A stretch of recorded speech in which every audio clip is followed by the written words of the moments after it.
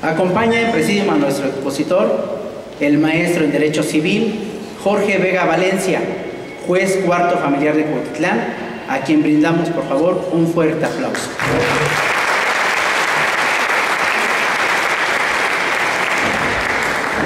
Maestro Vega, queda usted con el uso de la palabra. Buenas tardes. Sean todos bienvenidos a este evento que de manera inmerecida me toca hoy moderar. Vamos a abordar un tema importante, interesante, pero sobre todo útil.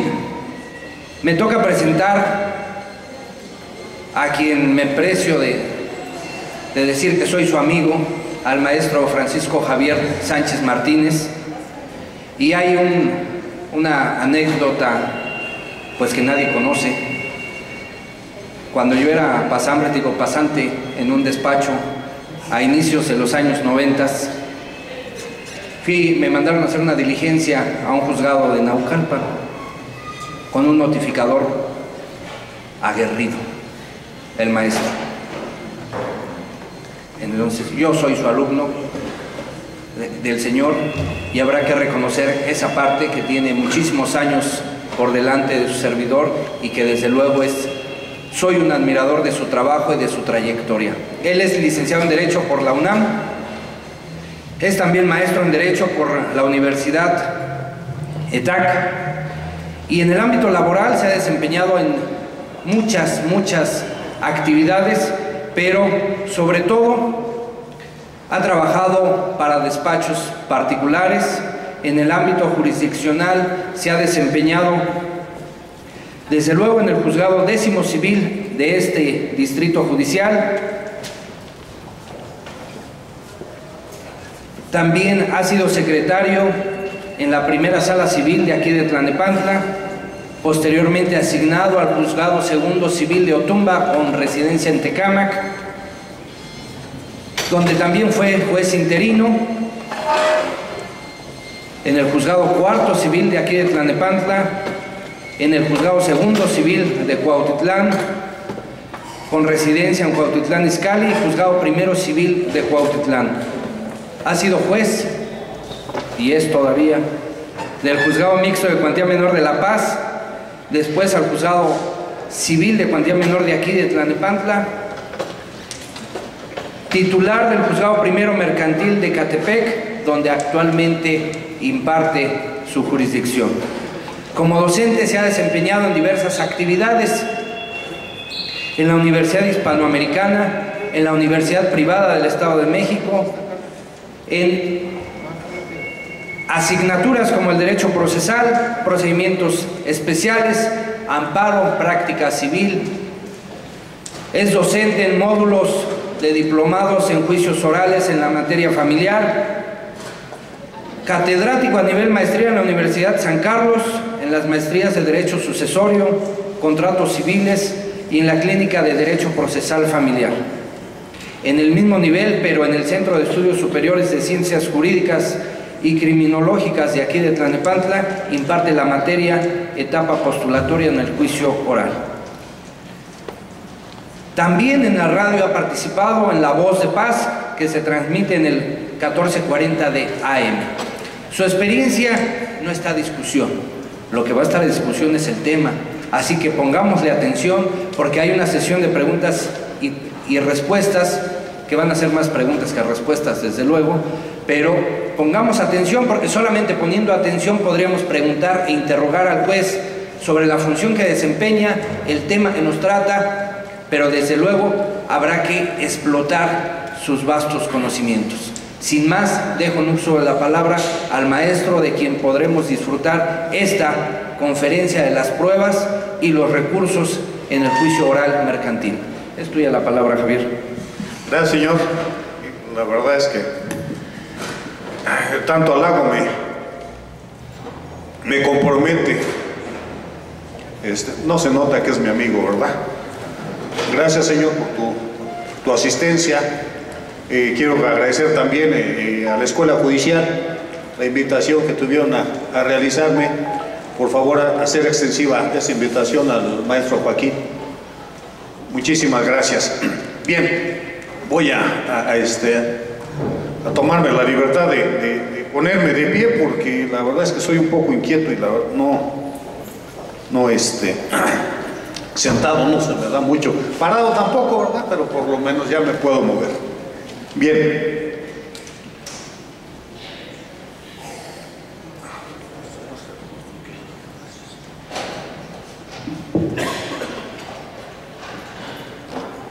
Bien, pues en el capítulo anterior hablamos de esto.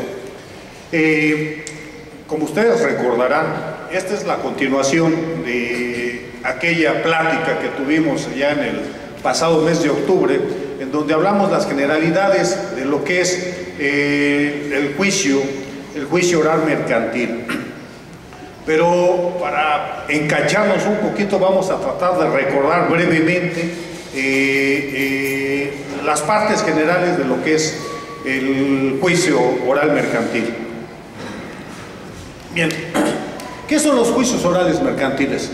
Son procesos judiciales donde intervienen las partes en presencia del juez, donde las intervenciones de estas tendrán que ser oralmente, salvo las excepciones que el propio código nos establece. La competencia, ¿sí? Recordemos también que para que pueda llevarse a cabo un juicio oral mercantil, es menester que el monto de lo reclamado no exceda a los 574,690 pesos. ¿Sí? Un reclamo de esta naturaleza, rebasando este monto, evidentemente no va a ser en la vía oral mercantil, sino a través de una vía diversa, que en este caso sería la ordinaria mercantil.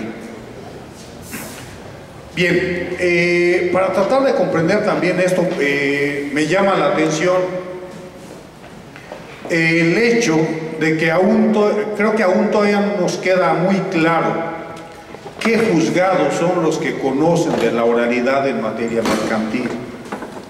Y comento esto porque todavía en el juzgado en el cual me desempeño me promueven escritos o ingresan demandas donde establecen en cuanto al monto si es para cuantía menor o para cuantía mayor.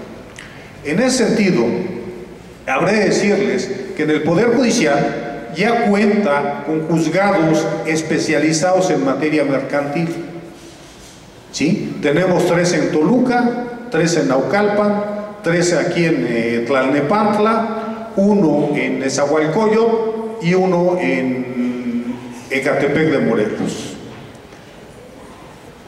Salvo estos juzgados especializados en materia mercantil, o mejor dicho, tratándose de materia mercantil en los distritos que les acabo de mencionar, los juzgados para conocer única y exclusivamente en materia mercantil serán estos juzgados especializados. Aquellos juzgados o aquellas entidades en las cuales no existan juzgados especializados, quien conoce o quien deberá de conocer un juicio oral mercantil será única y exclusivamente el juez de primera instancia en materia civil. ¿Sí? No cuantía menor. ¿Sí? El juez de primera instancia en materia civil, donde o en aquellos lugares donde no exista juzgados especializados en materia mercantil. Bien, hecha esta acotación, pasemos entonces, continuaremos entonces con el desarrollo de esta plática. Decía yo que la cantidad por la cual se conoce un juicio en la vía oral mercantil,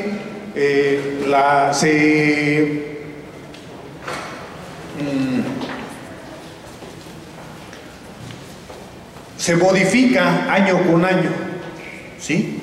No es una cantidad fija específicamente, sino año con año se está renovando, se está incrementando esta cantidad. Luego entonces no siempre será la cantidad que les acabo de mencionar, que son 574,690 pesos. A partir de noviembre de este año, evidentemente la cantidad se incrementará. Bien. Decía yo, para que tenga verificativo la vía oral mercantil, tendremos que descartar todos aquellos procedimientos especiales que el propio código nos establece, como lo es el ejecutivo mercantil, los procedimientos convencionales, la ejecución de prenda o los juicios de cuantía indeterminada. ¿Sí?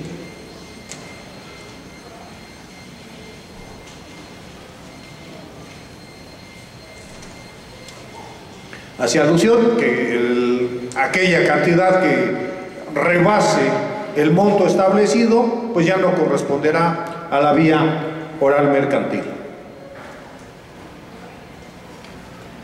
Bien, los medios de impugnación dentro de la oralidad mercantil se constriñe única y exclusivamente, según mi particular punto de vista, a los incidentes de nulidad de actuaciones. ¿Sí? El incidente de nulidad de actuaciones se tendrá que hacer valer en la audiencia subsecuente, ¿sí? Salvo el incidente de nulidad con motivo de un indebido emplazamiento, el cual podrá hacerse valer en cualquier momento. Y aquí salta una pregunta: ¿cómo se tramitará un incidente de nulidad de emplazamiento que no se haga valer en una audiencia, es decir, fuera de audiencia? O sea, al efecto, la ley nos establece o nos remite a las condiciones generales, a las reglas generales del procedimiento. Luego entonces quiero interpretar que para hacer valer una nulidad de emplazamiento en cualquier momento, necesariamente tendrá que ser por escrito, en el cual se le dará vista a la parte contraria, evidentemente a la parte demandada, para que desahogue la vista, que manifieste lo que a sus intereses conviene respecto al incidente que se hace valer, se aporten pruebas si es que existen, y en un momento dado se emita la resolución correspondiente. De ahí en fuera,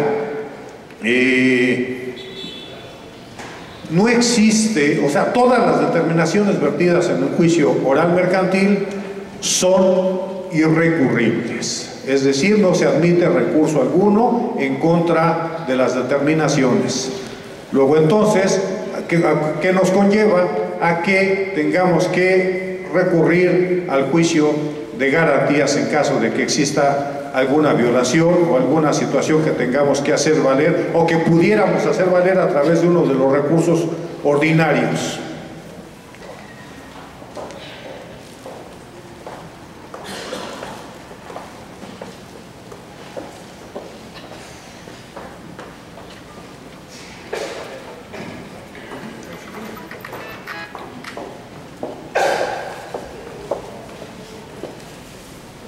Decía yo que todas las promociones en oralidad mercantil tendrán necesariamente que ser en forma oral, salvo las que establece el artículo 1390 bis 13. Esto es, se refiere a que tanto la demanda como contestación, desahogo de vista, reconvención, contestación a la reconvención y desahogo de las vistas serán por escrito, salvo estas excepciones Todas las demás promociones necesariamente tendrán que ser en vía oral en las audiencias correspondientes.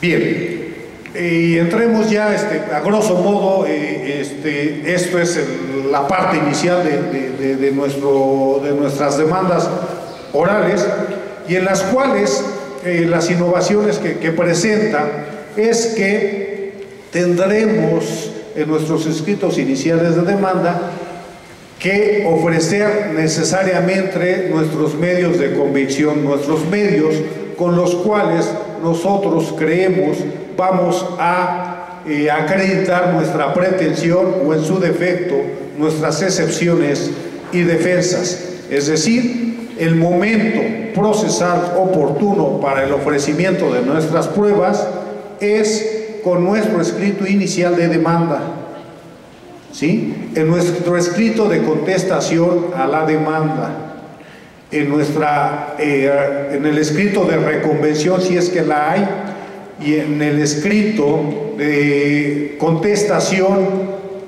a la reconvención, y en el desahogo de las vistas.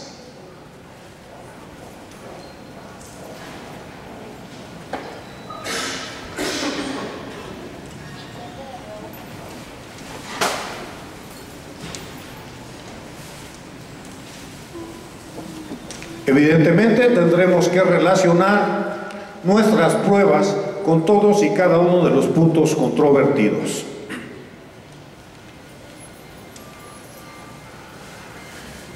Tendremos que señalar en nuestro escrito de ofrecimiento, en nuestro apartado de ofrecimiento de pruebas, el nombre, apellidos y domicilio de los testigos. Si vamos a ofrecer la prueba pericial, tendremos que señalar también el nombre y domicilio de los peritos, la clase de pericial y el cuestionario sobre el cual deberá versar el desarrollo de la probanza en comento.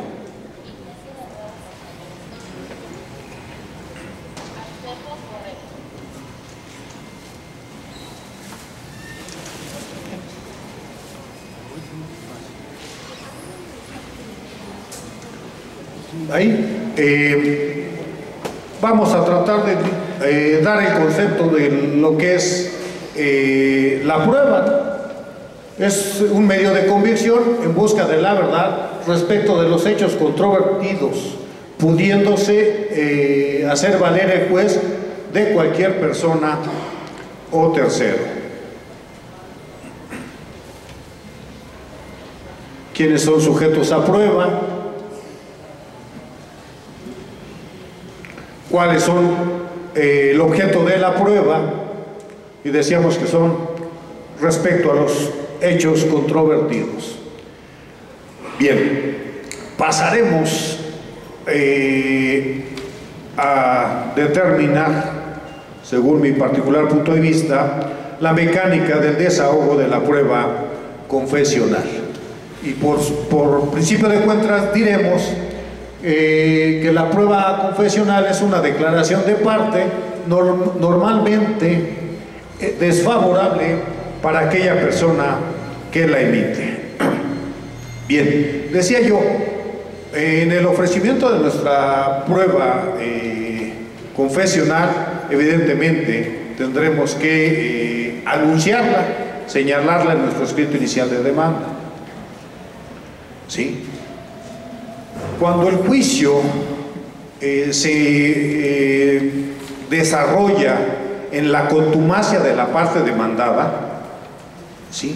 Para poder solicitar la declaración de confeso es menester exhibir con toda oportunidad el pliego de posiciones al tenor del cual deberá ser desahogada la probanza.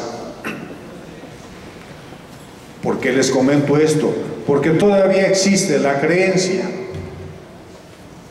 de que al momento de desahogarse la audiencia ya se encuentra exhibido el pliego de posiciones y ya no es menester hacer uso de la palabra. Este pliego de posiciones, decía yo, es única y exclusivamente para cuando no comparece el absolvente a el desahogo de su probanza, ¿sí? De ser así, de estar debidamente preparada esta audiencia con la exhibición del sobre y no encontrarse, repito, presente el absolvente, el juez de oficio sustraerá el sobre, calificará las posiciones y hará la declaratoria de confeso.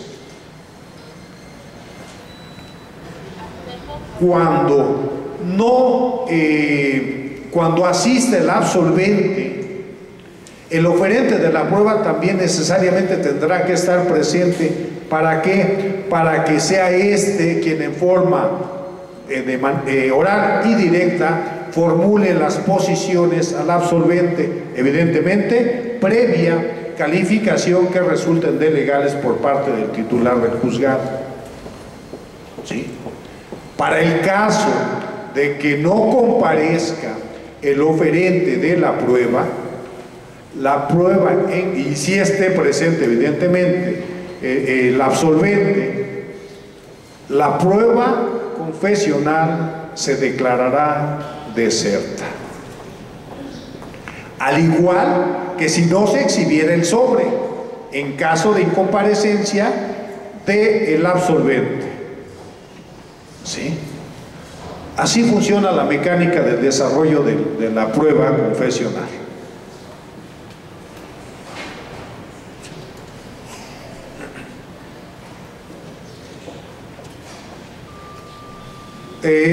Decía yo, al momento de la admisión de la prueba, el juez necesariamente tendrá que hacer estas acotaciones o hacer estas indicaciones y los apercibimientos respectivos para que al momento del desahogo de la prueba se hagan efectivos dichos apercibimientos.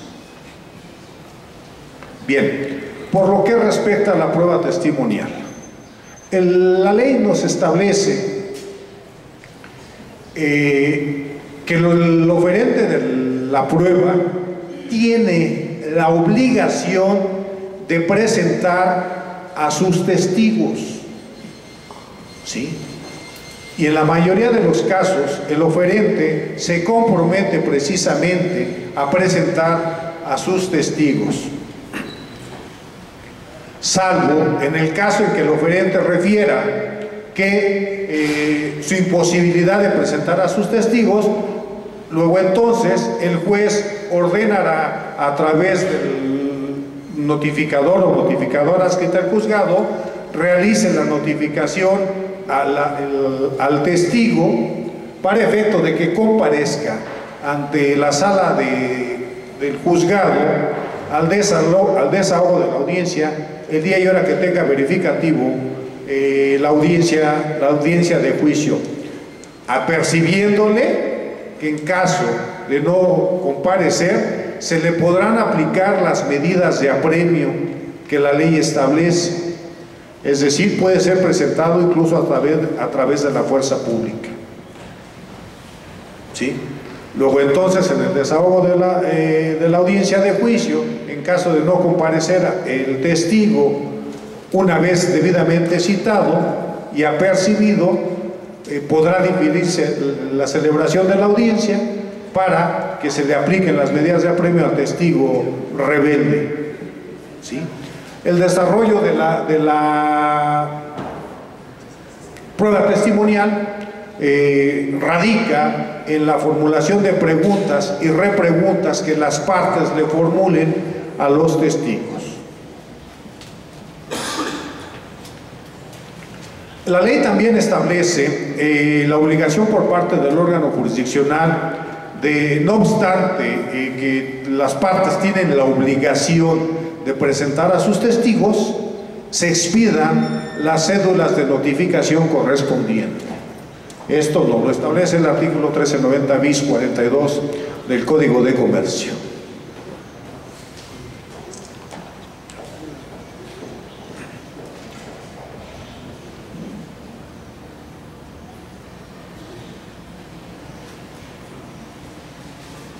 De igual manera, el juez, al momento de recibir la prueba de ser admitida, realizará el apercibimiento que en caso de no comparecer a sus testigos como él se compromete, como en la mayoría de los casos se compromete a realizarlo, la prueba podrá declararse deserta.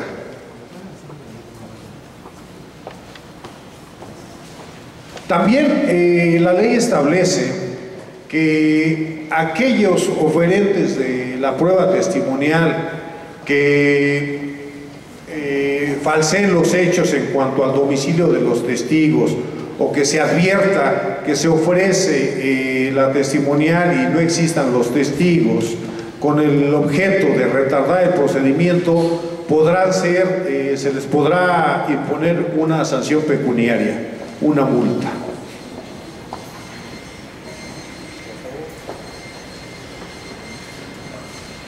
Bien, respecto a las pruebas instrumental de actuaciones,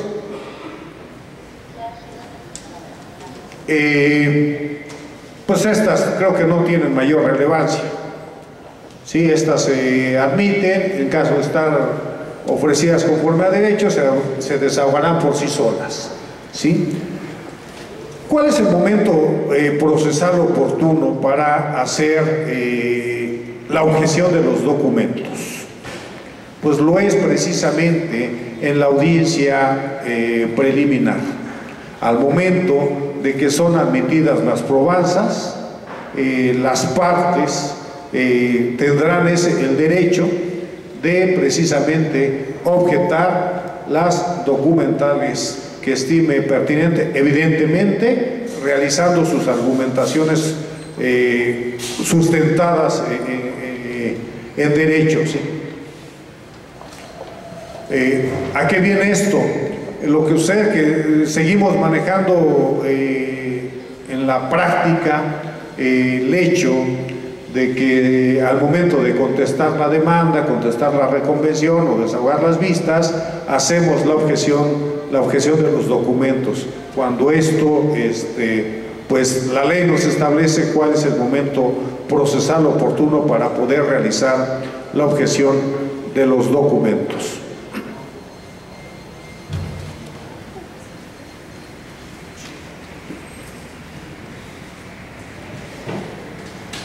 Bien, decíamos yo en tratándose de la prueba pericial que tendrá que señalarse el nombre y el domicilio de los peritos y la clase de pericial que se va a desahogar o que se ofrece para tratar de acreditar ya sean las pretensiones o las excepciones y defensas que se haga valer.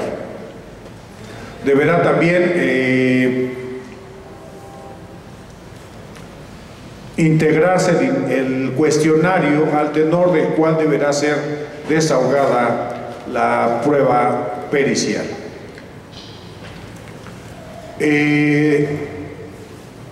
Con el ofrecimiento de esta prueba se dará vista a la contraparte para que dentro del plazo de los 3 días siguientes manifieste lo que a sus intereses convenga respecto a la prueba pericial ofertada por su antagonista. ¿Sí? Hecho lo anterior, o desahogado no la vista, el juez se pronunciará en la audiencia preliminar al momento de admitir las pruebas respecto a la probanza en comento. ¿Sí? El perito de las partes, una vez admitida la probanza, tendrá el plazo de 10 días para aceptar y protestar el cargo conferido. También para que dentro de dicho plazo emita su dictamen correspondiente. ¿Sí? Una vez que el juez examina escrupulosamente el dictado o la emisión de los dictámenes ofertados por los peritos, podrá determinar o determinará, mejor dicho, si existe contradicción entre los peritajes rendidos. De ser así, hará la designación de un perito tercero en discordia, al cual le hará saber dentro del plazo de 3 días, para los efectos de que también y proteste el cargo que se le confiere. ¿Sí? Los peritos necesariamente tendrán que comparecer el día de la audiencia de juicio a formular sus conclusiones de manera verbal y también para que sean examinados por las partes y por el propio juez.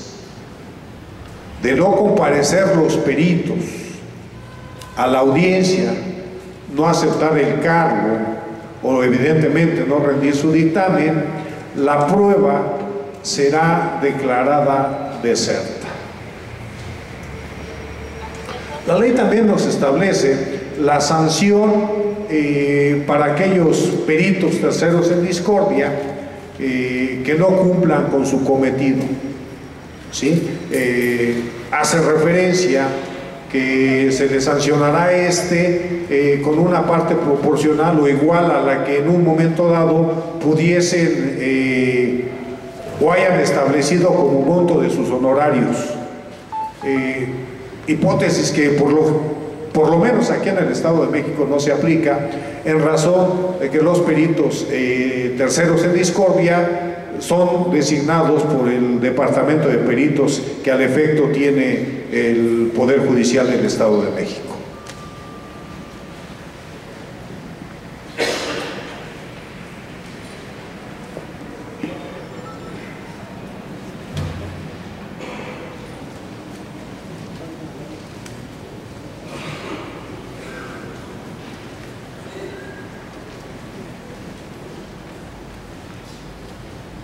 Bien, pues a grosso modo es la mecánica del ofrecimiento, desahogo, admisión y desahogo de las pruebas en materia de oralidad mercantil.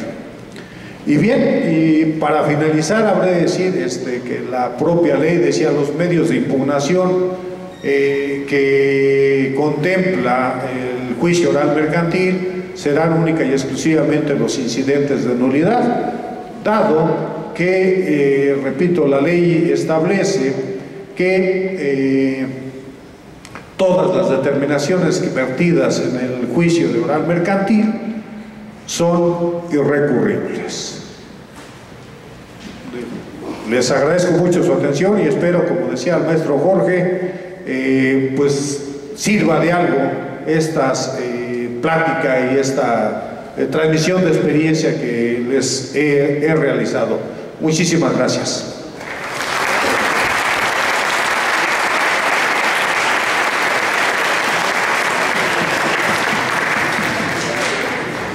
Bien, una vez que hemos escuchado al maestro, pues debemos de tomar en cuenta 3 temas importantes.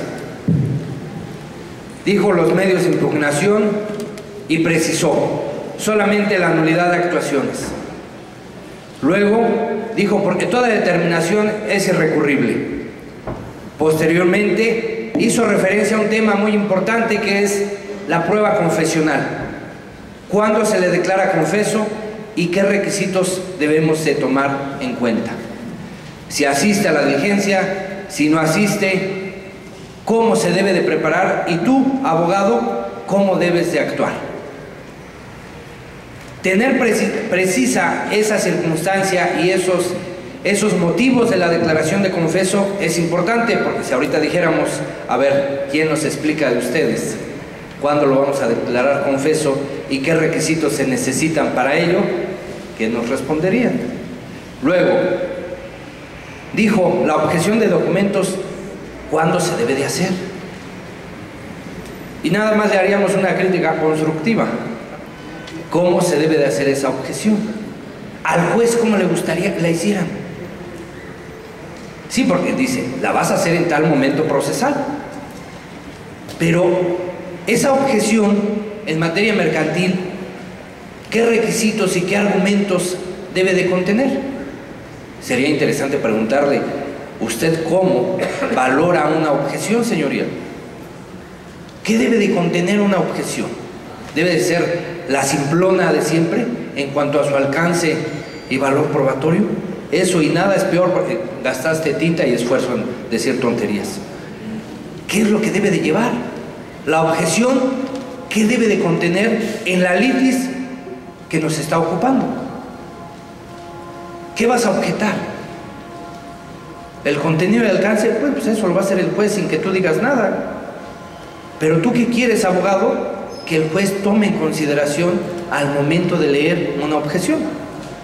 Porque cuando el juez valora la prueba, lo primero que hace es ir de chismoso a ver qué dijo la contraria. ¿Por qué? Porque a lo mejor me ilustra de algo que yo no tomé en consideración. Pero te ocupaste en hacer una objeción verdaderamente razonada, argumentada, apoyada en doctrina, apoyada en jurisprudencia, apoyada en casos análogos que fueron resueltos favorablemente a ti. ¿Cómo hiciste tu objeción? Entonces sería interesante saber qué piensa el juez mercantil en una objeción.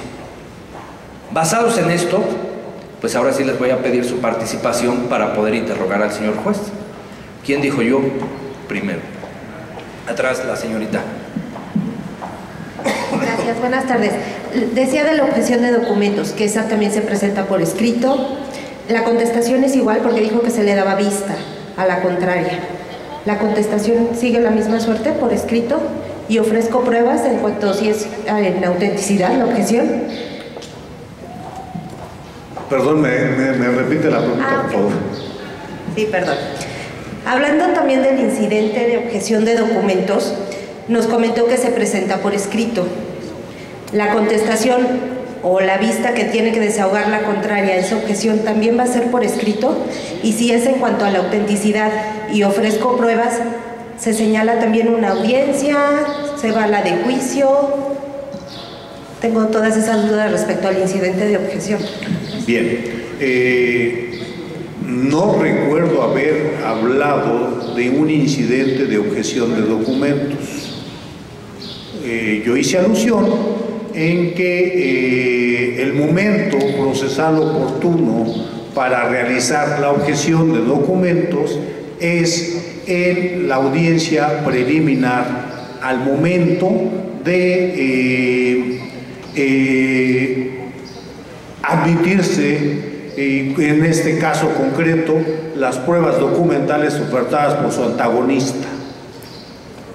¿Sí? Luego entonces, hacía yo alusión, no es a través de un incidente de objeción respecto a los documentos, ¿sí? Sino que es a través del uso de la palabra que haga el abogado en el momento de que fueron admitidas las pruebas documentales, y como lo decía el maestro Jorge, a través de un argumento sustentado, incluso hasta jurisprudencia, pero difícilmente, bueno, al menos en la práctica, no he podido advertir, o ningún abogado ha realizado una objeción que sea convincente para poder ser tomada en consideración. No sé si quedó resuelta su pregunta. Me queda claro, no es incidente. Entonces, en la audiencia preliminar, igual de forma oral, se le da vista, y en ese mismo momento la contraria hace las argumentaciones que considere necesarias, o nada más se toman en cuenta los argumentos que yo hago al momento de hacer la objeción de documentos. Efectivamente, se tomarán en cuenta al momento de emitirse la resolución correspondiente los argumentos, el sustento que usted dé a la objeción que se realice. ¿Quién seguirá? Acá adelante.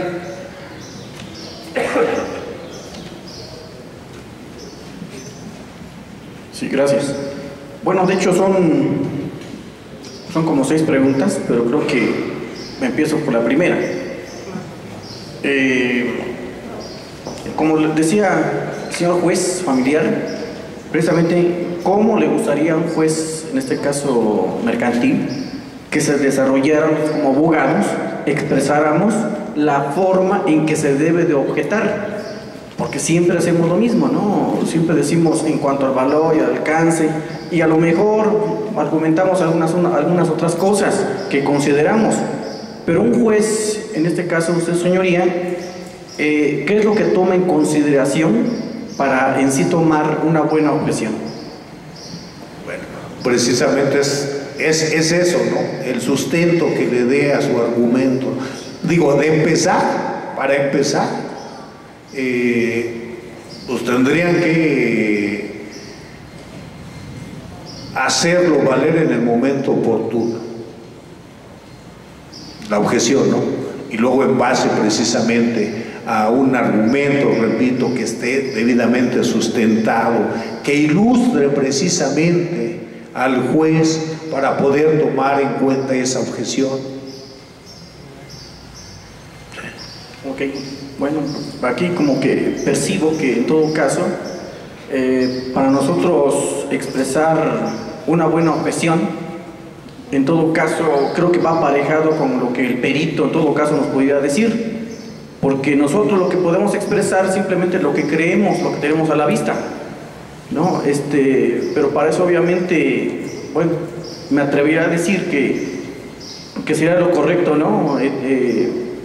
Ver qué es lo que está diciendo mi perito para de alguna forma argumentar. A ver, creo que hay una confusión según yo advierto.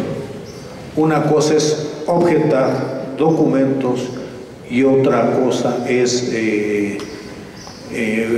tacharlos de falso o impugnarlos, que es la palabra correcta. No es lo mismo objeción que impugnación. Aquí debemos de precisar algo. No olvidemos que estamos en un juicio oral. ¿Qué características tiene un juicio oral?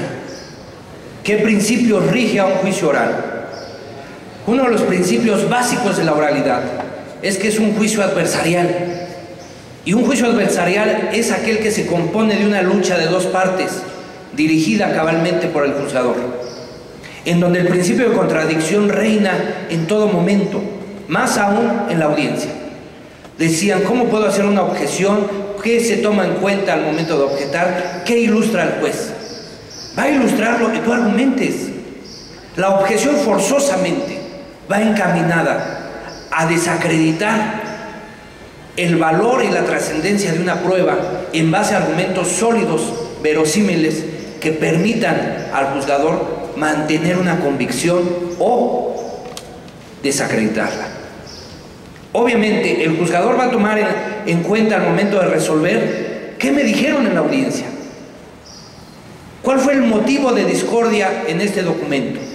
¿Qué dijo una parte y qué dijo la otra? ¿Cómo lo contradijo? ¿En qué se basó? ¿Cuáles fueron las razones fundadas que tomó en consideración? ¿Me alegó o me argumentó? Entonces, no perdamos de vista que el principio de contradicción está encaminado a desacreditar lo que tú dices por la otra parte. Esta va a tener salvaguardado su derecho siempre y cuando las constancias de autos permitan darte una ilustración convincente de la teoría del caso que hayas plasmado en tus respectivos escritos. Siguiente pregunta de otra persona. ¿Ya se acabó? Ah.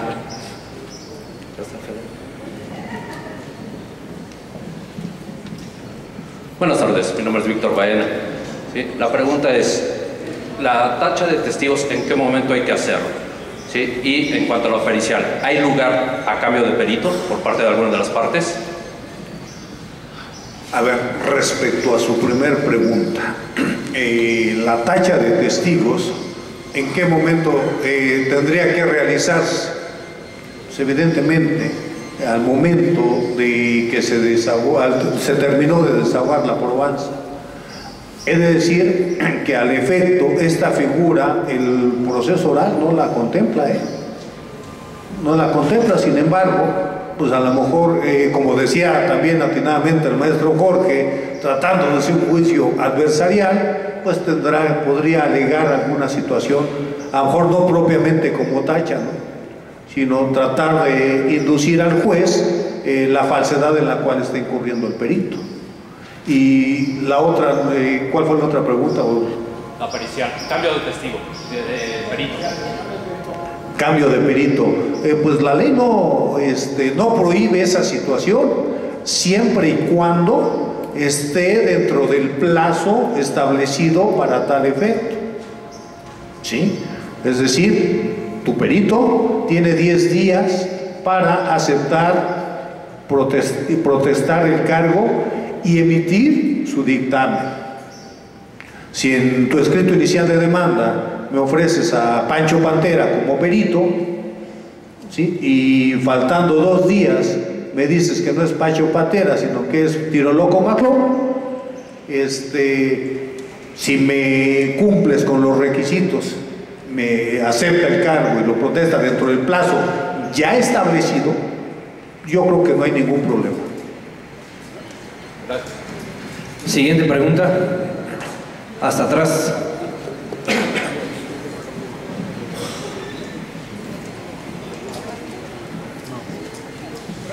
Buenas tardes.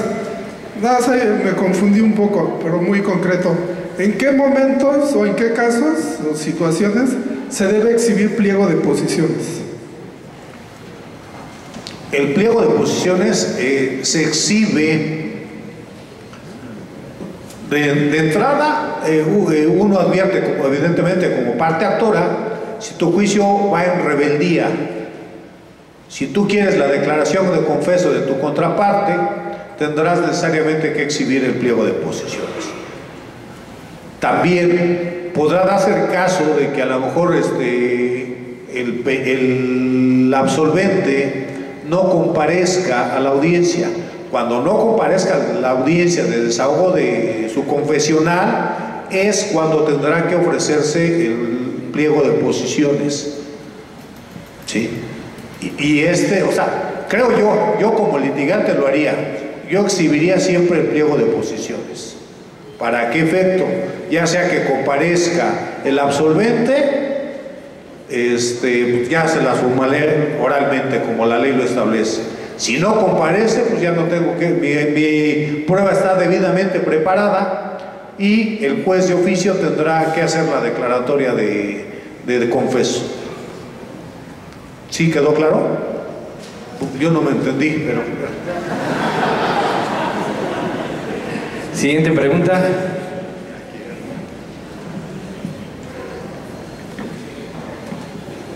Gracias. Bueno, si todas las determinaciones del juez son orales, ¿con esto no se vulneran las garantías consagradas en el artículo 16 constitucional que establece que éstas deben de ser por escrito? No, pues yo creo que no. Existe disposición expresa en el Código de Comercio cuál es la forma de llevar a cabo la tramitación de un juicio oral. Además, recordemos, o sea, ese juicio oral, esa oralidad emana precisamente de la propia Constitución. A lo que usted se refiere, creo que es a la contestación que debe de vertir toda autoridad, que esa sí tiene que ser por escrito, máxime en tratándose de materia administrativa, si no mal estoy. Ahí sí, ¿no? Si la contestación que no la da la autoridad dentro de un plazo determinado y no la hace por escrito, ahí sí se vulnerarían las garantías, ¿no? Pero aquí es un proceso, un procedimiento, y donde las reglas están establecidas previamente. Siguiente pregunta. Aquí la primerita. Aquí la primera. Y ya después pasamos por ahí. En un juicio oral mercantil, cuando los peritos, por supuesto, están cada uno en su posición, hay un perito tercero en discordia, ¿hay junta de peritos? ¿Cabe una junta de peritos en otra fecha? Porque entiendo que en la audiencia rinden su dictamen pericial, pero van a ser discordantes. Entonces tiene que haber una junta de peritos. Bueno, normalmente la hay. No sé si aquí cabe una junta de peritos para determinar, para que el juez determine. No, bueno, no sé si es clara la pregunta. Sí, sí, de entrada, pues la ley no contempla, el capítulo correspondiente a la oralidad mercantil no contempla una junta de peritos, ¿sí? No obstante ello, dice la ley, en todo lo no previsto, pues nos iremos a las reglas generales. Luego entonces, no veo el por qué no cabría una junta de peritos, pero la cual se podría dar precisamente en la audiencia misma, en la audiencia de juicio, en razón de que comparecen bueno, tendrían necesariamente que comparecer los 3 peritos, ¿sí? Pero acuérdense, la regla, ¿cuál es la regla para que se dé una junta de peritos? Necesariamente tendrá que ser esa petición de parte. Sí. Por allá. El que sigue aquí a la derecha.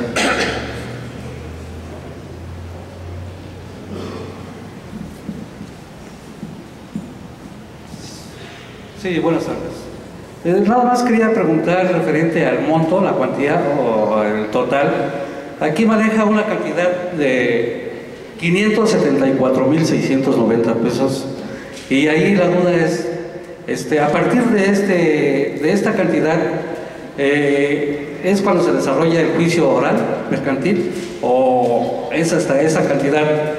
Que me pudiera ampliar un poquito esta duda referente a cuáles son los montos, porque está el ejecutivo mercantil, está en este caso el que estamos mencionando, el mercantil oral, y está el ordinario, el juicio mercantil ordinario. Sí, ahí nada más sobre la cantidad, por favor. Sí, la cantidad máxima, o para que pueda ser competente, o para que pueda ser procedente en la vía oral mercantil, es hasta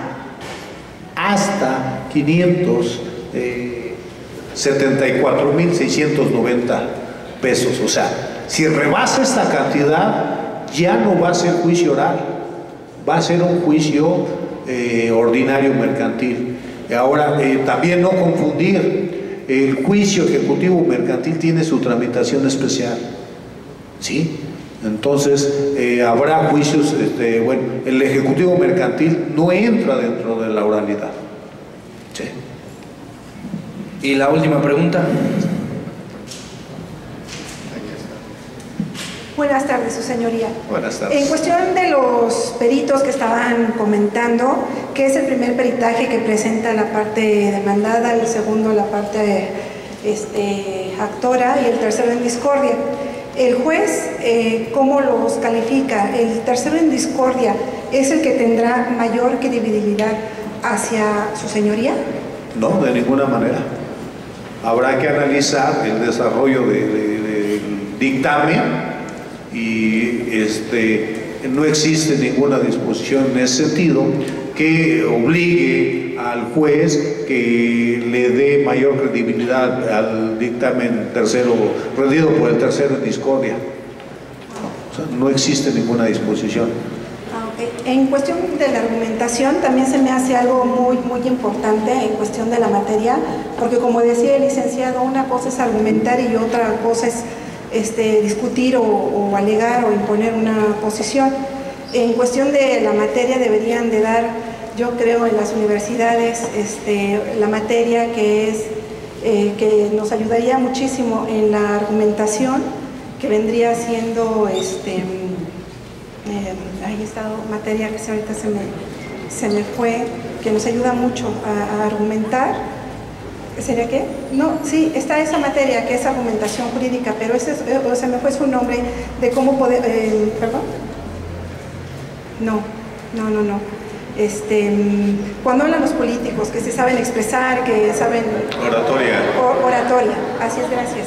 Sería oratoria, que eso nos ayuda muchísimo a la argumentación que necesitamos a su señoría para poder argumentar todo lo que son nuestras pruebas. Allá la última, la compañera que está ahí desencajando.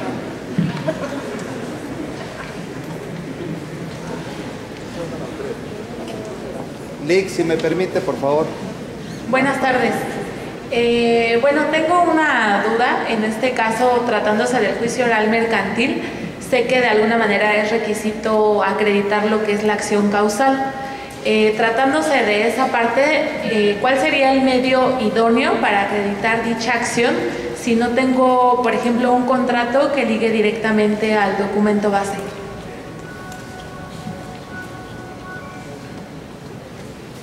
¿Cuál sería el medio idóneo para acreditar su relación causal, su acción causal? Así es. En un juicio oral mercantil se supone que se debe de acreditar la acción causal. En este caso, si yo carezco de un contrato con el cual yo acredite esa parte, ¿cuál sería el medio de prueba idóneo para acreditarlo? Pues existen diversos medios de convicción, ¿no? Podría estar la testimonial, la propia confesional. Y en el caso de que el juicio se fuera en rebeldía. Esos son los medios de convicción. ¿Quién los tiene que aportar? ¿Quién tiene que acreditar? Quien afirma, ¿no? Luego entonces, a quien le incumbe dar cumplimiento a lo que establece la ley de justificar su pretensión, pues es a la parte actora. ¿A través de qué? A través de todos los medios de convicción que tenga a su alcance. Confesional, testimonial, ¿sí? Documentales privadas por ahí. La última pregunta del caballero que está de este lado. Sí, gracias por la atención, Lic. Antes que nada, muchas gracias. No se escucha, permítanos tantito que llegue el micrófono. O pase aquí y hágala aquí. Tiempo allá. Muchísimas gracias, su señoría. Muchísimas gracias por antes que nada por esta cátedra que nos están impartiendo. Yo creo que es de vital importancia recibir este tipo de conocimientos para los que de una u otra forma tenemos muchas dudas en lo que es el juicio oral mercantil. Mi pregunta es, a palabras y a centavos, señoría, que usted nos diga, al presentarnos nosotros como abogados a litigar un asunto en el juicio oral mercantil, no me queda claro, y yo le diría qué elementos debe de contener mi argumentación para poder objetar cualquiera de las pruebas que ya mencionaron, por favor.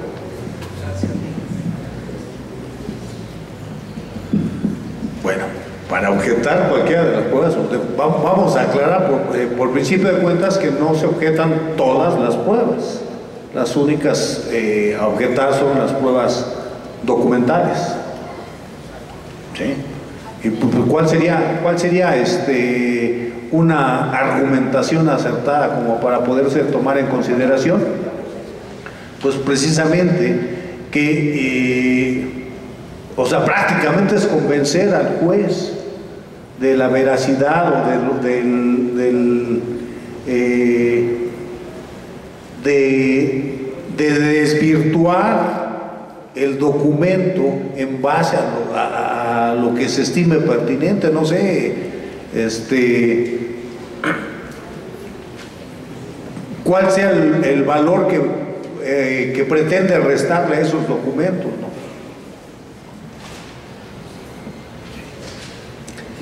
Aquí, complementando la respuesta del compañero, los elementos de una objeción son básicamente muy sencillos.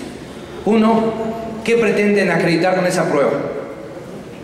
Dos, el documento de forma interna, ¿qué contiene? De forma externa, ¿qué se aprecia de él? Y la teoría del caso adjuntada a estos elementos, ¿qué convicción va a proveer?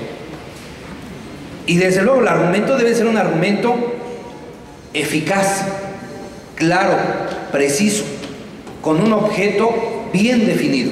No podemos argumentar como los abuelitos le daban de comer a los marranos.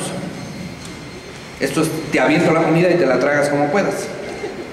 Sino que debe llevar un orden, Debe tener una hilación lógica el argumento basado en los aspectos antes mencionados. De otra forma, va a ser inútil el argumento. Se dice una objeción argumentada porque debe de tener una idea clara. 1, ¿cuál es el objeto de esa prueba? 2, ¿para qué la están ofreciendo y en base a qué? Tercero, su contenido interno y externo de la prueba. Si la voy a objetar por la persona que expide el documento, entonces nos estamos yendo a lo externo del documento. Si me voy a ir a su contenido, voy a ver qué me provee ese contenido. Porque puede ser un documento fidedigno, pero su contenido es ineficaz. Entonces habrá que saber argumentar en base a lo que yo quiero y mi teoría del caso, qué es lo que está proponiendo. Y si va directamente o la va a acreditar, yo voy a tratar de desacreditar o viceversa. La última pregunta del caballero que está de pie.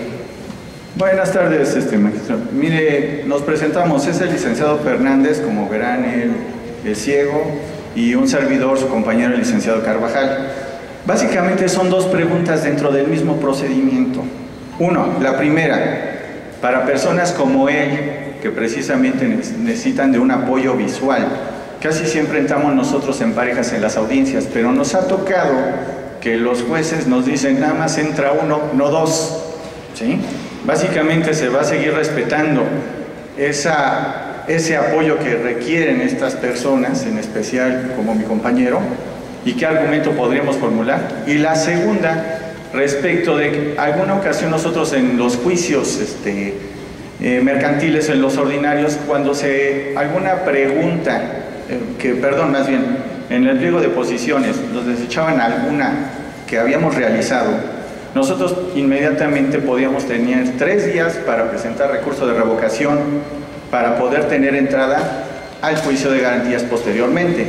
En este caso, que ya no se permite recurso alguno contra la determinación del juzgado, yo tendría nada más que hacer alguna manifestación para poder darle procedibilidad a ese juicio de garantías, o se entiende ya de antemano que yo puedo ir al juicio de garantías y decir estuve inconforme con esta pregunta, dada esa importancia, porque no veo una forma de constatar que si yo no estoy de acuerdo caiga precisamente en el consentimiento de ese acto. Son nuestras preguntas, perdón. Son 2 preguntas, contesto la primera. Dice usted, un profesionista que no tiene visión y entramos en pareja, ¿quién va a ser el abogado? ¿Uno u otro? Los dos no pueden serlo. Los dos van a querer hacer uso de la palabra. La persona de apoyo es eso, persona de apoyo, asistente o abogado. Habrá que definir y no tratar de abusar de la condición. Eso es al inicio de la audiencia, tengo que tener esas prevenciones. No tengo visión, traigo a un asistente para que a lo mejor me diga alguna circunstancia que es necesaria, o vas a entrar 2 abogados y cuando no hace uno de la palabra, hace uno uso de la palabra y después el otro, eso ya es indebido. Entonces, habrá que hacer la prevención al inicio de la audiencia. Eso es sencillo, no debe de ocasionar ningún problema. Es obvio que el juzgador te va a decir, ¿quién es el abogado? Yo, entonces el otro, fuera de aquí. Eso es lógico y es correcto. No, la persona es una asistente por mi condición o mis circunstancias que presento personales, no hay ningún inconveniente. Es una audiencia oral, todos podríamos entrar vendados de ojos, vamos a escuchar. Y aquello que es visual, pues bueno, entonces necesitamos un apoyo, pero no significa el apoyo deba de ser abogado. No habrá que incurrir en ese abuso. Segunda pregunta. Bien, respecto a la segunda pregunta, pues no hay necesidad de hacer absolutamente nada. O sea, dice usted, o lo que entiendo, quiere ir preparando su juicio de garantías. No, existe disposición expresa por parte de la ley. Dice, todas las determinaciones vertidas en el juicio oral no admite recurso alguno. Luego entonces, decía yo, la charla nos conlleva a que si estamos inconformes con alguna determinación, necesariamente nos conduce al juicio de garantías. Serían todas. Muchas gracias.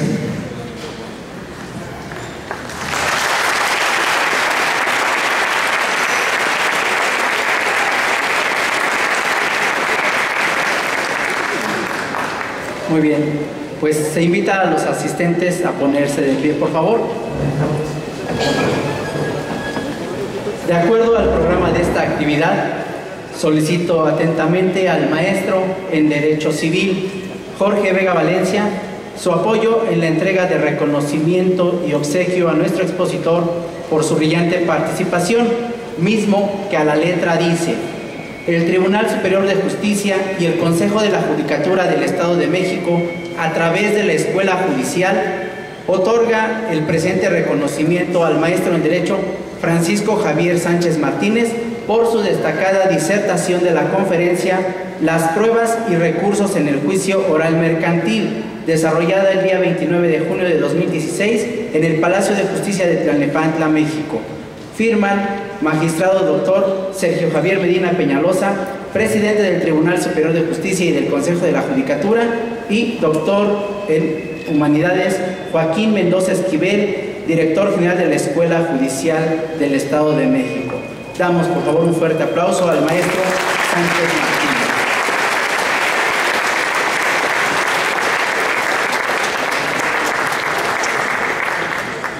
A continuación, la maestra Liliana Aguirre Gómez, directora de Comunicación, Extensión y Vinculación de la Escuela Judicial, hará la entrega del reconocimiento con el mismo texto a nuestro moderador. Aplausos para nuestro Vega Valencia.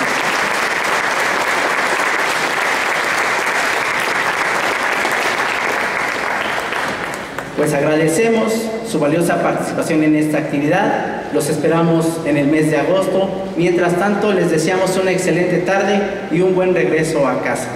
Gracias.